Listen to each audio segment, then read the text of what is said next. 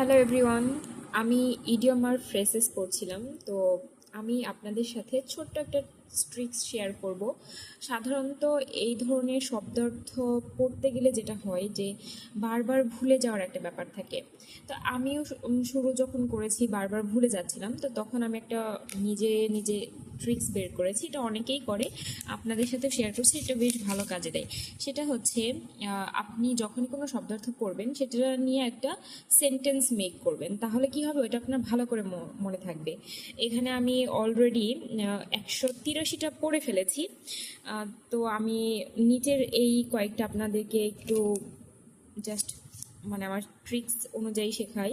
সেটা হচ্ছে kith and kin, এটার অর্থ হচ্ছে নিকট আত্মীয় বা রক্তের সম্পর্ক, near relatives, blood relation.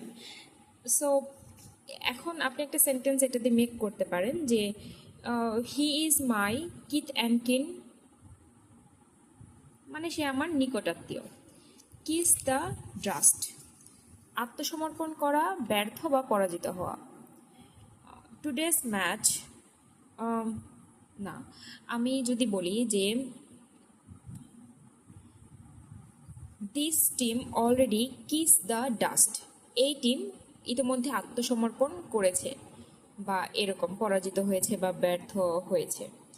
Keep the old from the ডোর, দারিদ্রতা ঠেকানো বা ক্ষুধার জ্বালা মেটানো। এখানে বলতে পারেন my partner is doing this hard work just two keep the old from the ডোর, আমার জীবনসঙ্গী এত পরিশ্রম করছে কারণ সে এই দারিদ্র ঠেকানোর চেষ্টা করছে। বা আরেকটা সেন্টেন্স বলতে পারেন we are struggling and still we are trying to keep the old from the door. Lick the dust, নখে খড় দেওয়া বা অপদস্থ হওয়া। For his actions now he is facing lick the dust, তার কাজের জন্য সে এখন অপদস্থ হচ্ছে। লায়ন্স শেয়ার, সিংহভাগ। লায়ন্স একটা বৃহৎ আকৃতির প্রাণী বোঝায়। তো লায়ন্স শেয়ার দ্বারা এটাই বোঝাবে যে একটা সিংহভাগ বা সর্বাপেক্ষা বেশি অংশ যেটাতে। লিভ নো স্টোন আনটার্নড, চেষ্টার ত্রুটি না করা, প্রাণপণ চেষ্টা করা। তো আপনি এখানে একটা সেন্টেন্স বানিয়ে ফেলতে পারেন যে I am studying hard and leaving no stone unturned, আমি প্রাণপণ চেষ্টা করছি, পড়াশোনা করছি, এরকম আর কি। লেম এক্সকিউজেস, এটা খুবই প্রচলিত একটা শব্দ, বাজে অজুহাত বা খুড়া অজুহাত। Stop giving me lame excuses. So এভাবেই যদি আপনি সেন্টেন্স মেক করে করে পড়েন তাহলে দেখবেন খুব সহজে আপনি অনেক শব্দ অর্থ খুব মনে রাখতে পারবেন, আপনার অনেক দিন পরেও এটা মনে থাকবে। আর পড়াশোনার আরেকটা ট্রিক্স রয়েছে, সেটা হচ্ছে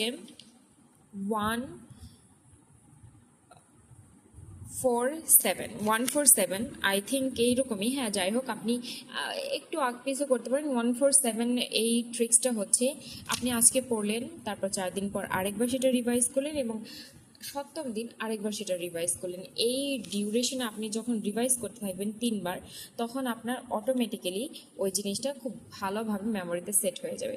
ধন্যবাদ। এরকম ছোটো ছোটো ট্রিপস পেতে আমার চ্যানেলটা সাবস্ক্রাইব করুন। Bye bye.